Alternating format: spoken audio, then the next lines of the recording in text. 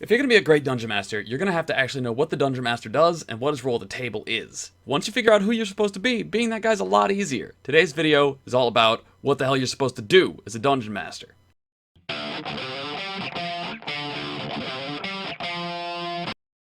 first thing, in my book, that a Dungeon Master is a game designer.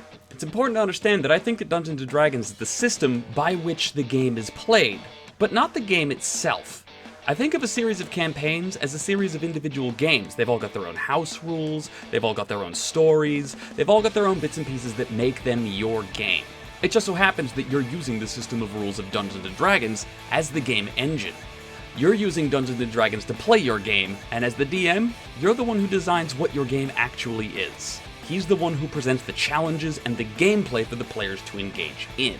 The Dungeon Master is also the narrator, not just the storyteller. Part of designing a good game is having a good story in a lot of people's books, but ultimately speaking, you're more than just a designer of good story, because in Dungeons & Dragons, you're collectively telling the story as the campaign goes on.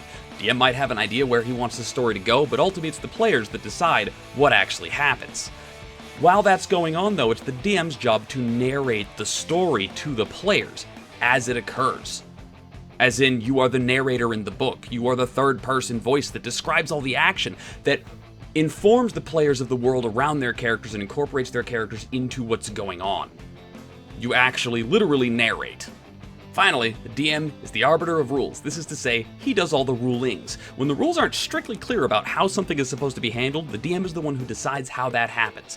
I like to think of the rules as a language through which any action can be expressed, and it's my job to be the translator between the player who wants to do a thing to accomplish some stuff, and the rule books and how the dice work, so that we can determine if he succeeds, how he succeeds, and what the consequences of his actions actually are. And there you have it, the three major duties you have as a Dungeon Master.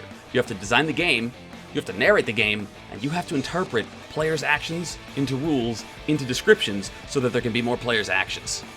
Thanks for watching. I'm Evil Squeegee. If you got any questions, comments, that's down there. Do the typity. I'll catch you guys later. Adios.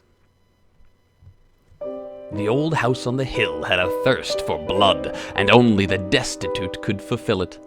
The rich, the famous, the adventurers, the ones people would miss, they always seemed to come out just fine. Cold, perhaps, hungry, maybe, but they returned.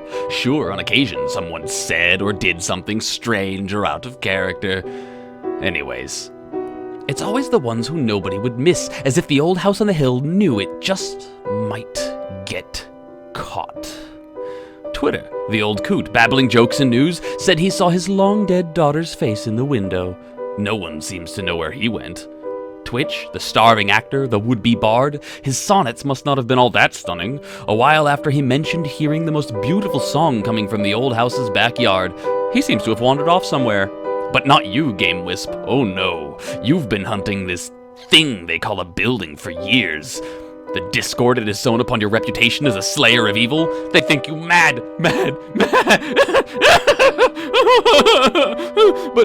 But how to go about proving them wrong? The house will surely see you coming. What do you do?